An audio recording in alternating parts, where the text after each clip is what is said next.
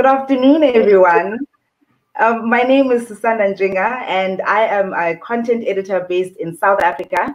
My work has a strong focus in youth development, social entrepreneurship, and innovation. Joining me today is Ian Calvert, who is the founder of Further, which is an organization that aims to build stronger humans who build stronger communities. We also have Nokwazi Mzobe, who is an impact entrepreneur herself and also the founder of Matoyana Business Solutions. How are you both doing this afternoon? Doing well, thank you. We're doing it, staying warm in Cape Town. Oh, great stuff. So before we get into our session, youth inclusion and impact, building sustainable ecosystems for the 21st century across Africa, Brazil, and beyond, I'd like each of you to please give me a brief background on who you are, the work that you do, and how you found yourself in the space that you're in right now. Nokwazi, I think I'll start with you. So I found myself in the space that I'm in 7 years ago. So I'm ex-corporate and I decided to take a break and volunteer my services for an entrepreneurship program. And I fell in love with the work that I was volunteering with, and slowly that's how I started to work with entrepreneurs and from a range, from youth entrepreneurs to older women running businesses. And I've come in as a coach, a mentor, a content creator, a facilitator. But you know, for me, what's really important is making sure that people have the right knowledge, the tools, and the skills in order for them to build and create their small businesses and hopefully grow them to whatever size they want them to be. That's wonderful. Ian? Cool, thanks. Well, I guess my first career was in the advertising industry, where I was for quite a few years. But I think relevant to this conversation, my journey really started when I founded a youth collaboration agency called Instant Grass, and that was back in 2003, 2004. And it was really about giving the youth of South Africa, particularly, a voice in the boardroom. So to make sure, because the youth population in South Africa is so big, you know, like 65% of the population is under the age of 25. We just wanted to make sure that the products and services that were being designed for them were what they wanted. So it was really like a sort of real-time collaboration between, you know, opinionated youth and brands. And one of those projects was a project we did for Red Bull, which started back in 2012, 2013, to try and find how Red Bull, you know, Red Bull had always given wings, excuse the slogan, to athletes and musicians. And now they were thinking, well, how can we give wings to young people who want to do some good in their community? So again, we collaborated with some amazing young people in our network, and they helped co-create what became Red Bull Amaphiko, which was a program, a kind of development program to help develop young community-based entrepreneurs who were trying to solve a problem in their community and do it in a sustainable way. And we started that in, officially 2014, and then grew it, and we took it to Brazil, we took it to America, we took it to the UK and a whole bunch of other countries. And it was a really inspiring journey, not just because we got to meet so many amazing young people who didn't really care whether, you know, we called them social entrepreneurs, but they didn't really care what we called them. It was just what they were just doing it. And as of the end of this year, I see a cat just appeared. As of the end of this year, end of last year, rather, we spun it with Red Bull's blessing, and with some funding from them, we've now created it as an independent venture called Further, which still has a mission to kind of build stronger entrepreneurs. And I think the focus for us has always been, you know, a lot of these programs build the technical and practical skills and focus on the business models. But for these young people, there's so much investment needs to be made in their own personal well-being and their own resilience, particularly in tough times like now. So resilience, well-being, capacity building.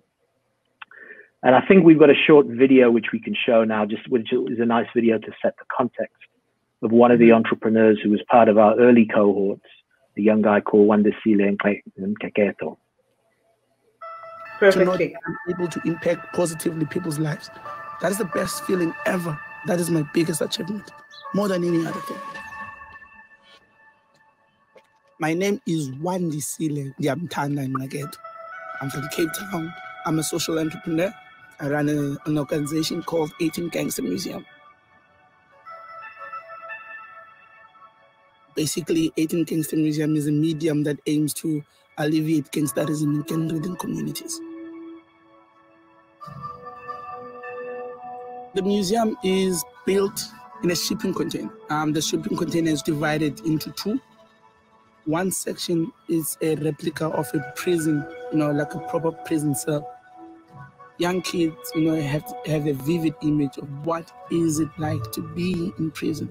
And also the guys, our tour guides there, this is where they tell and share their stories, with the kids. The other session is an exhibit, which depicts, life choices, how gangsterism starts and how, the whole genesis, how it evolves and what are the end results. And this is important because sometimes people find themselves, in gangs. They do not know that they've actually started this journey without even knowing. So once they are cognizant of their surroundings and their actions, they're able to take the right decisions. We also hire ex-offenders, in the museum so that they have something to do. What we also realized was that once they come out of prison, they don't have any means to sustain themselves. And also, it's very difficult for them to be reintegrated back into society. So by providing them with a job, they're able to sustain themselves. By doing positive work, with the young kids that they're working with, it also plays a very important component in trying to reintegrate them back to society and get acceptance because they are seeing that they are doing positive work. It becomes an important tool to try and drive that narrative, to try and change people's mind, to try and change the path of young kids so that they understand the implications of joining gangs and not joining gangs.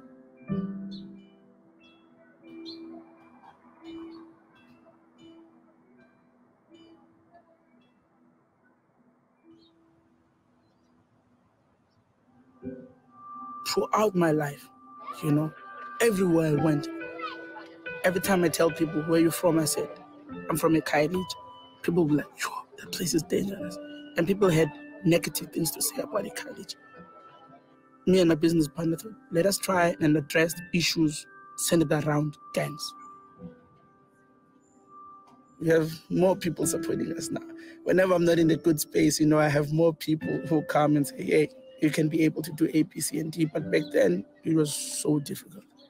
We couldn't even share our difficulties with people around us because they were like, you see, I told you, this thing is not working. But when you are able to take your conditions and change them, and they actually become the fuel that will rocket you out of those, difficult situations. I think this is what I've learned to do. Dedicate yourself to your craft, dedicate yourself to people, but never forget the business aspect of things. But what should take first precedence is the people. How are you positively impacting and changing people's lives? That's what fuels me. That's what drives me. That's what propels me forward, to know that I am able to impact positively people's lives. That is the best feeling ever. That is my biggest achievement, more than any other thing.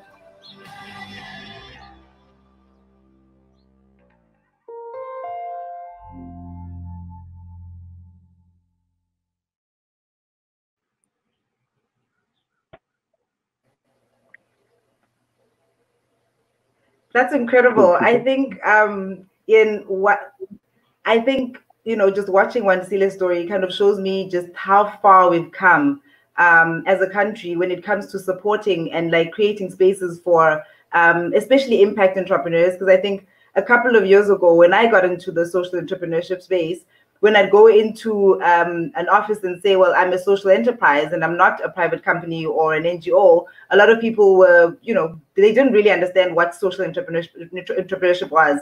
And I think as much as we've come so far as a country to support young upcoming social entrepreneurs, I don't think we've done enough as yet. What are some of the things that you both think we could do better or focus better on to support them in their ventures as impact entrepreneurs? Nokwazi, you can go first. Okay. I think for me, Ian's touched on some of the stuff when he spoke about how further focuses on the human, because I mean we have to be cognizant of our communities and the challenges that we have within those communities. But I think for me, what's really important, and from what I've seen in the work that I do, is that a lot of the incubators, accelerators are not based in those communities. They're based outside, they're based in the city. And so even though we are creating these initiatives for young entrepreneurs and innovators, we need to recognize that they still need to get onto a taxi or a train or a bus in order to make it into a Sandton or into a Cape Town, and probably walk a couple of more minutes or hours to get to the places that we say we're holding these places for them. And then consider that they have to leave early so that they can arrive back home safely in time, in order for them to be back in their communities. And so for me, these are some of the challenges that I've noticed in terms of we need to design this from the user perspective. So we've designed it from our perspective as accelerators and incubators and skills developers, but we haven't designed it for the people we are designing this for, and we're hoping to bring the services for. Ian, I know that you're the person who always says, it always should be the people closest to the problem that solve the problem. And I think that's what Nokwazi has just touched on. What would you like to add? Yeah, no, that's exactly it. I mean, it's always been our philosophy that I think too much of the doing good in the world, as well-intentioned as it is coming from a place of, let's use the elephant in the room, of privilege, and where you've got people from outside those communities coming to try and solve problems in those communities. And it's always been the philosophy that we had with Amaphiko, and certainly now with Further, that the people closest to the problem should be the people closest to the solution. That doesn't mean that we from the outside can't equip them with the resources, the know-how, the access to capital, the access to social capital. But ultimately, it's a question of allowing them the dignity to be solving their own problems. And I think that's it's certainly what we've always tried to do. That there's nothing, we can't teach too much to people like Wandisile about resilience, resourcefulness, creativity. He has that in spades every day. But what we've got to do is show up in his space, as like Nokwazi says, that's the physical manifestation of the issue. That we've got to enable people like Wandisile to be the problem solvers and not come in as these sort of saviors from the outside. And that's, I think, when we talk about ecosystems, and it's the same, it's what we saw not only in South Africa, but in Brazil when we went there. It's the same, and particularly, in America and the UK, where there are so many parallels. You've got the marginalized communities, underserved communities, desperately wanting to be able to solve their problems and not rely on handouts. And you go to a country like Brazil, where 55% of the population is Black or identifies as Afro-Brazilian. You've got communities in Baltimore in the US, in Bradford in the UK, where those communities, they're the sort of the recipients of the problem. So why can't they be custodians of the solution? And unfortunately, it often is, you know, very well-intentioned philanthropists or corporate social responsibility programs that want to come in as saviors, but sometimes the tools that they use are and the mindsets that they use with the tools and the mindsets that cause the problems in the first place. And yet, like, so how feasible is it really?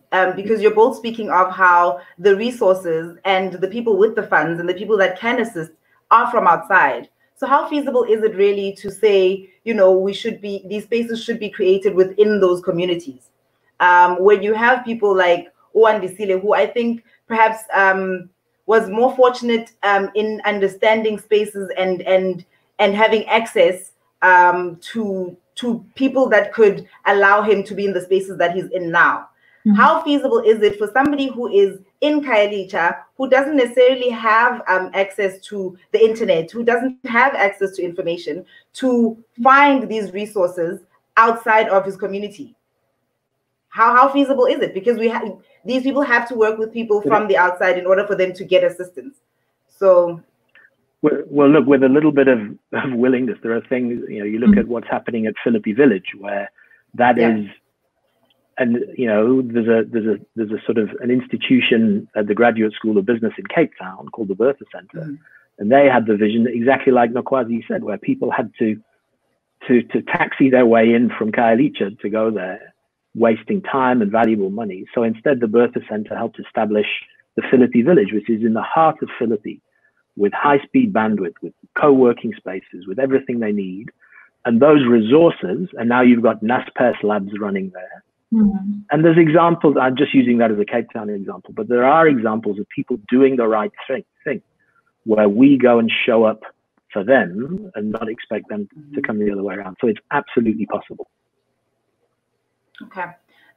So I hear you are touching on the GSB Center in Khayelitsha. What would you guys both say? I think, Nokwazi, I want to pose this to you because you've worked in a lot of education spaces. What would you say the role of education is in the space of impact entrepreneurship? And do you think that our institutions are doing enough? So, I mean, the role is quite critical. I think just basically, not even just impact entrepreneurship, I think entrepreneurship in general, where you find that it's missing within our education spaces, whereas it's in basic education or higher education. So I think, you know, fundamentally there's a gap.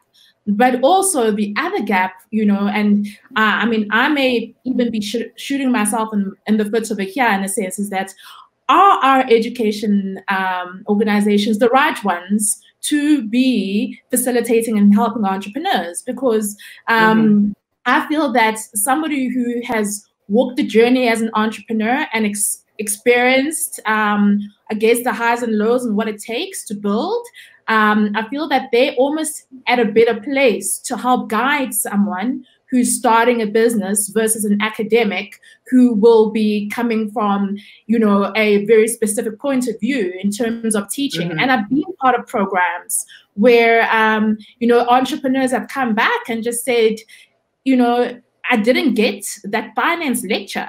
They were talking these big words, and all I want to know is, how do I get money in?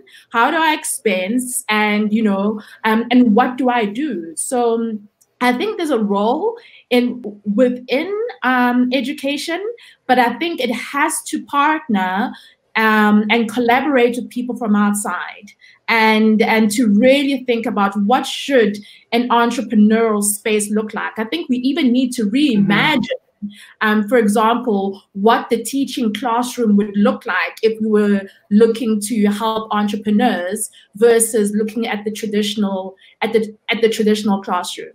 So I think there's a space just because of what the resources that education institutions have. But I think it shouldn't come from internally. I think they need to collaborate with the furthers, with the other service providers in order to really help them. So that's my perspective on it. And do you have anything to add with regards to the education system? Yeah, no, I think Nokwazi's spot on. The one thing that we try and do, yeah, there's so much value in that peer-to-peer exchange. So it's not a lecturer speaking down to a classroom. It's people who've walked the journey, who understand, like Nokwazi says, you don't need to understand the textbook definition of finance and cash flow. You just need to know what it is and how to work with it. I mean, you, Sisanda, you know, some of the conversations we have, you know, where you just got such wisdom coming from the people who walked the journey, who've had to figure it out for themselves. And so it's not knowledge they're transferring, it's wisdom. And it's like how to apply it. And whether it's around, you know, technical stuff like funding, etc., the knowledge around that, you know, it's all about the human aspects of it. And I think, you know, being able to connect with somebody, and, you know, it doesn't just have to be somebody from South Africa. Just some of the strongest exchanges we've always had when you get people from cities like New Orleans, you know, people who are battling racism in New Orleans, coming to exchange with people doing amazing work in communities in South Africa, and likewise people from Brazil, from all over. So what we're trying to do is build this community that is peer driven. So it's and there's so much to learn from each other. And yes, the formal education sector has a role to play, to convene, to kind of, you know, to make sure that there's a full systemic understanding of what's required. But again, ideally they should be there to facilitate but allow those young people to stand at the front of the room and share with each other. So I hear you. I've been speaking with a lot of different entrepreneurs for the past month or so, and the experiences during lockdown have kind of been, all the issues that they're trying to solve have been highlighted even more. So the inequalities have been in the spotlight quite a bit now. I mean, something as simple as them having to go digital during this time has been an issue for most entrepreneurs in underserved communities. How do we better support entrepreneurs during this time specifically? Because things are now being done very differently than what we were doing previously before lockdown. You know, Sisanda, so I'm working on a project in Diepsloot. And you know, I've really struggled. I've had to be sending people data via their phones and stuff like that, but it's not sustainable. So I think for me, the solution here is taking it to the people who have access.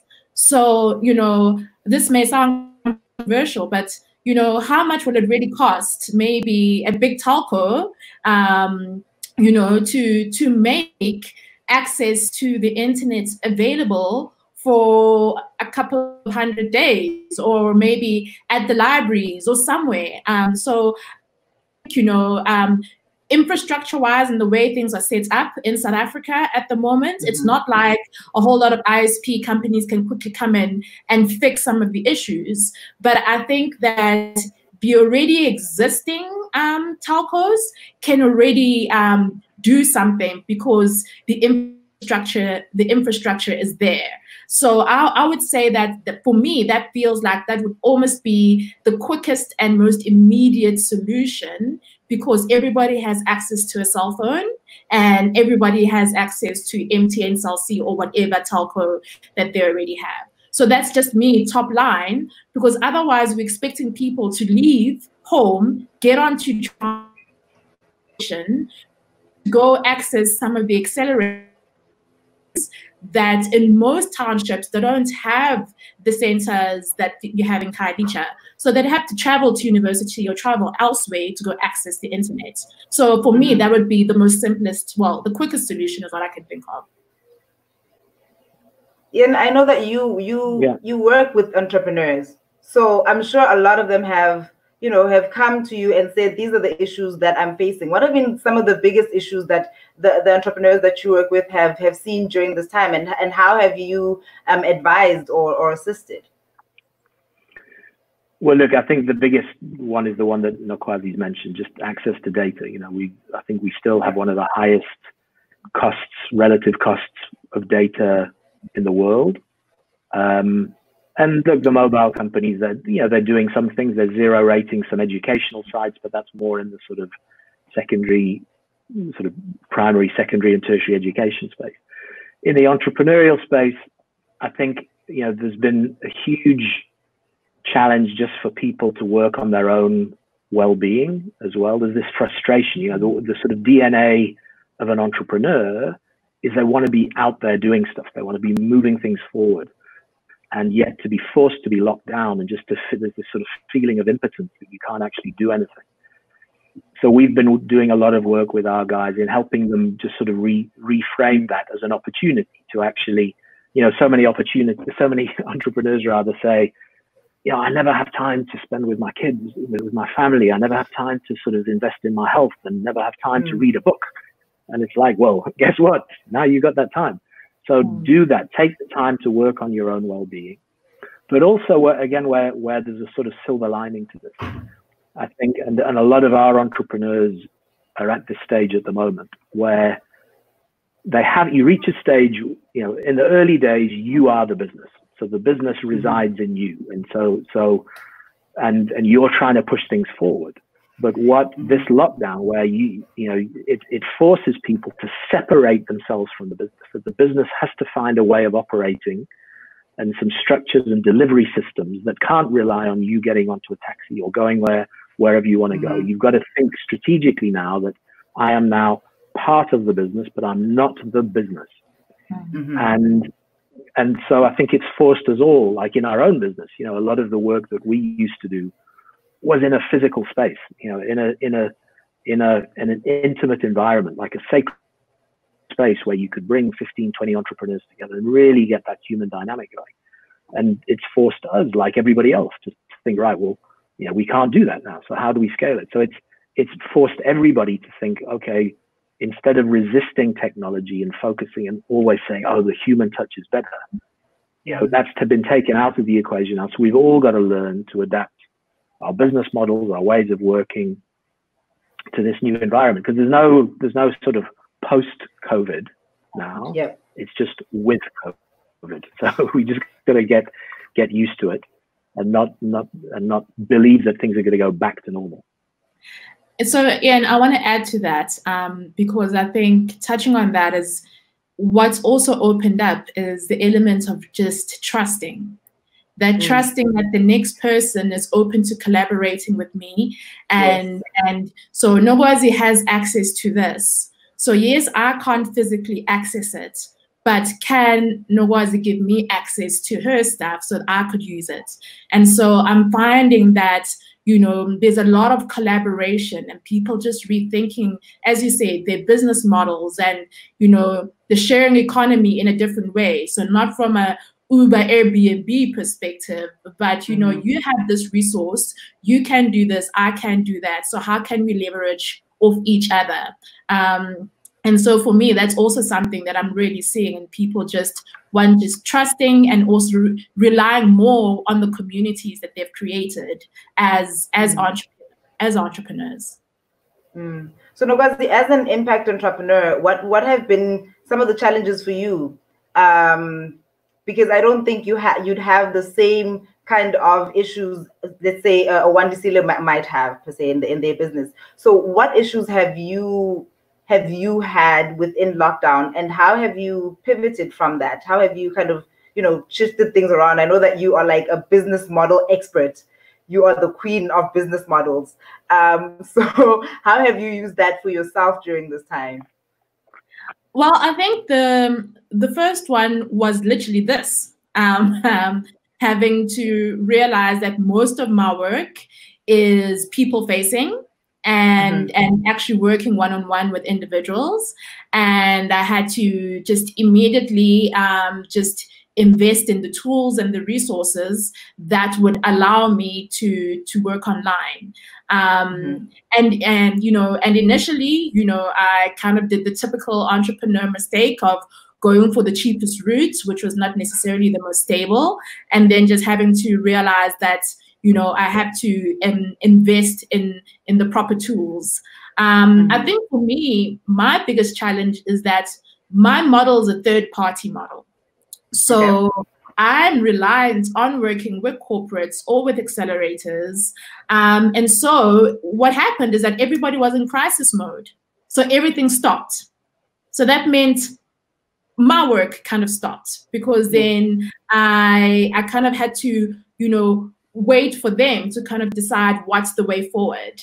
And I think, you know, how I got over that is that some of the people I work with, it was about giving them the solutions. It was like how can I help? How can we maybe think about how do we continue helping, you know, the people that we're working with, versus just kind of putting a freeze whilst we retry or rethink, you know, how we're going to manage you know, the process during COVID and during lockdown.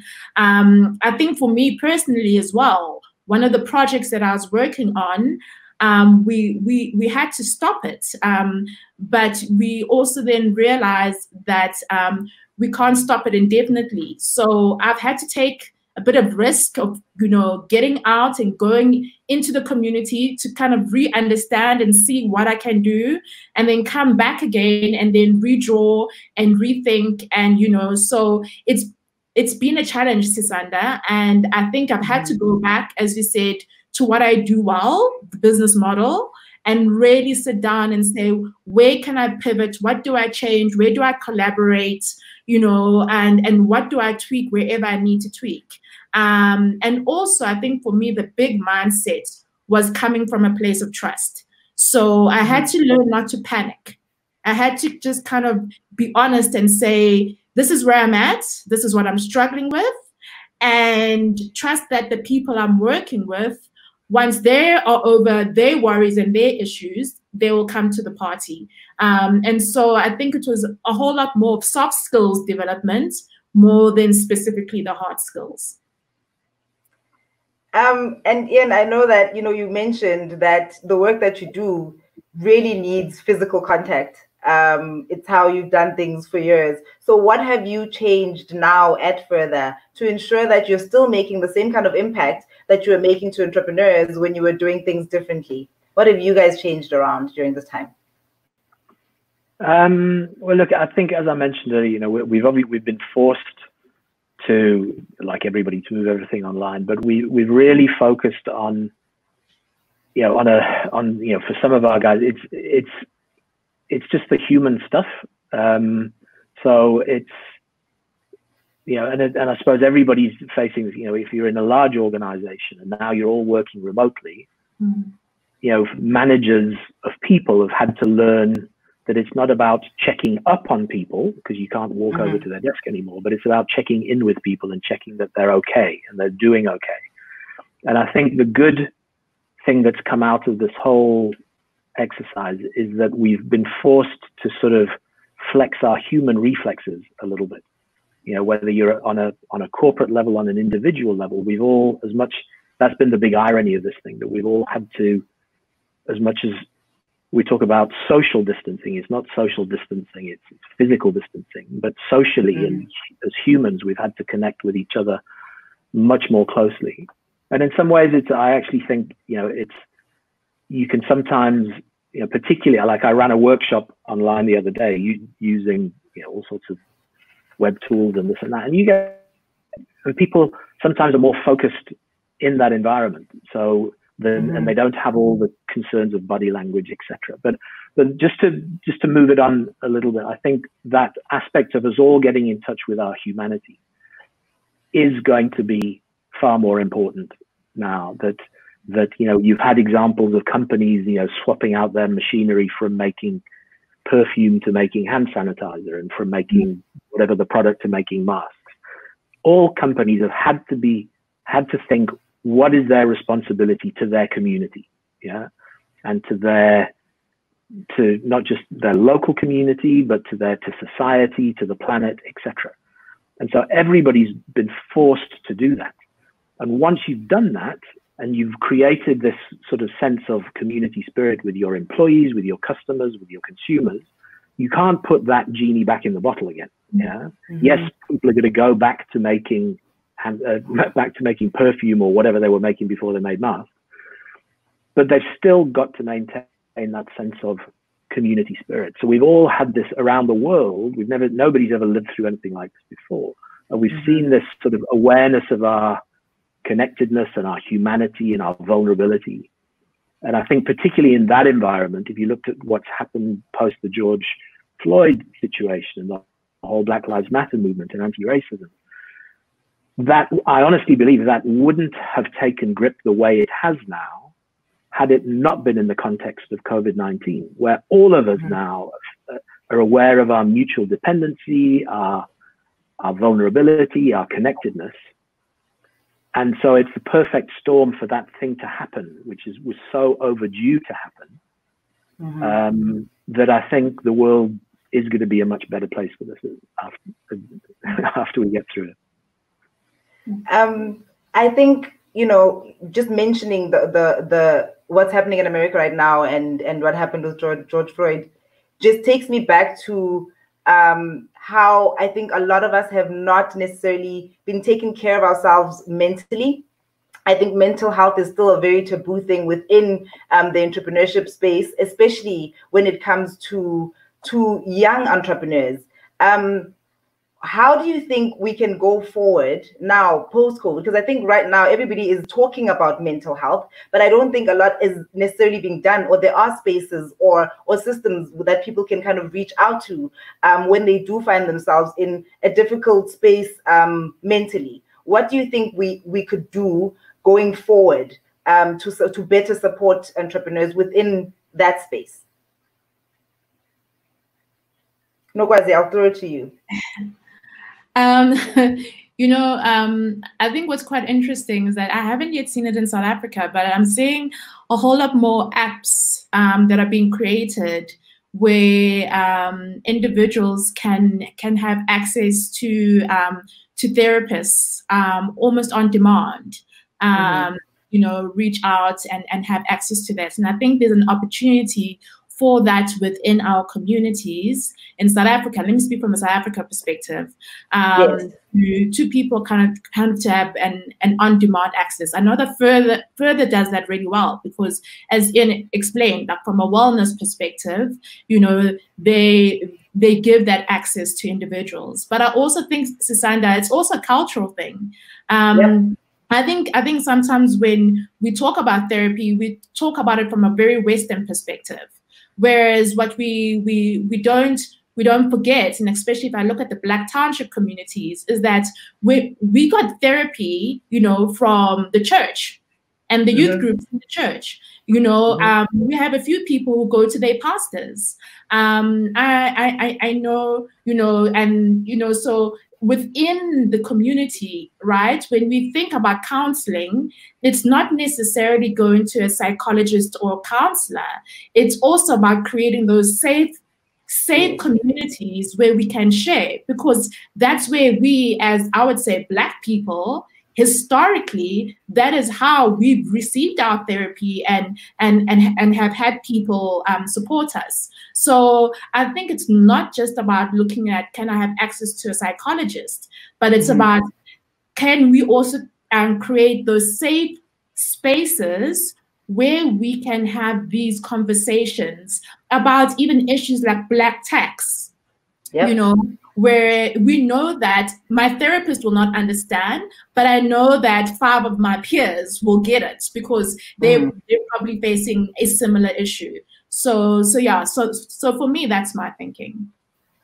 And I know that you at Further, you obviously do this. I think mental health is one of the biggest aspects of an entrepreneurship journey that you focus on at Further. I know that a lot of the entrepreneurs know exactly where to go or who to reach out to. As Nokwazi had said, it's not necessarily a psychologist that could help you with whatever it is that you're dealing with, but rather somebody who has a deeper understanding and kind of relates to what it is that you're talking to or talking about.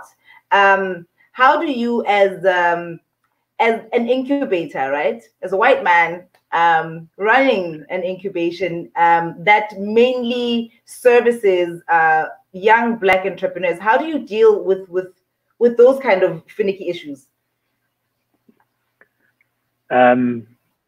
Well, I guess, yeah, I wouldn't use the word finicky because they're like really fundamental issues in it. But I think the main thing, again, is that it's important that we or I kind of get out of the way and let the community of fellow, I mean, we've got a fellowship of over 50 entrepreneurs now who are working together.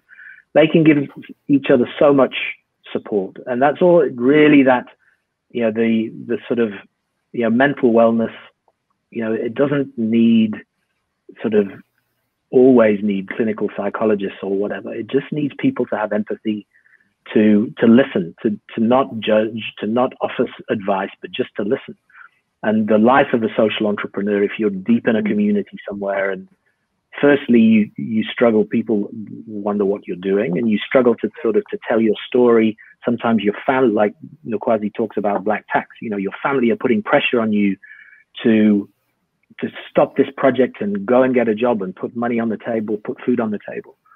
So to be able to talk to somebody in another community who's going through exactly the same lived experience, who might be tackling a completely different project, but they know what you're going through, and just that sense of well-being, you know, your sense of community is a key indicator of your sense of well-being. If you feel isolated, then that's a problem. If you feel you're part of a network and a community, then that's on the positive side.